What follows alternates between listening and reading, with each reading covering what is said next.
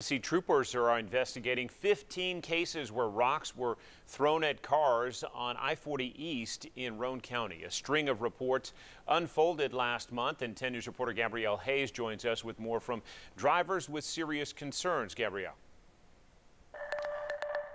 That's right, John. Since July 19th, THP has reported 15 cars damaged by rocks near the Buttermilk Road exit. It's now encouraging drivers to be cautious, especially at night.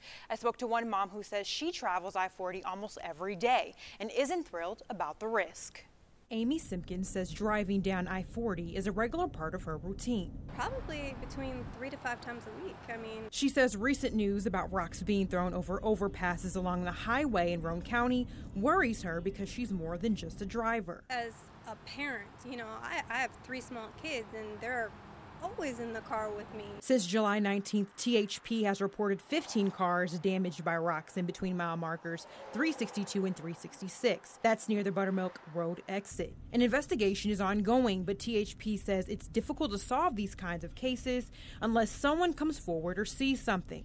Simpkins agrees. I think the best thing that we can hope for is that somebody actually has like a camera on their car and can catch surveillance, because yeah, exactly, you're driving over an underpass at 65, 70, you're not going to be like, oh look, there's a person. Simpkins says her husband spends a lot of time on the road too, making highway safety that much more important for her family. My husband's also a truck driver.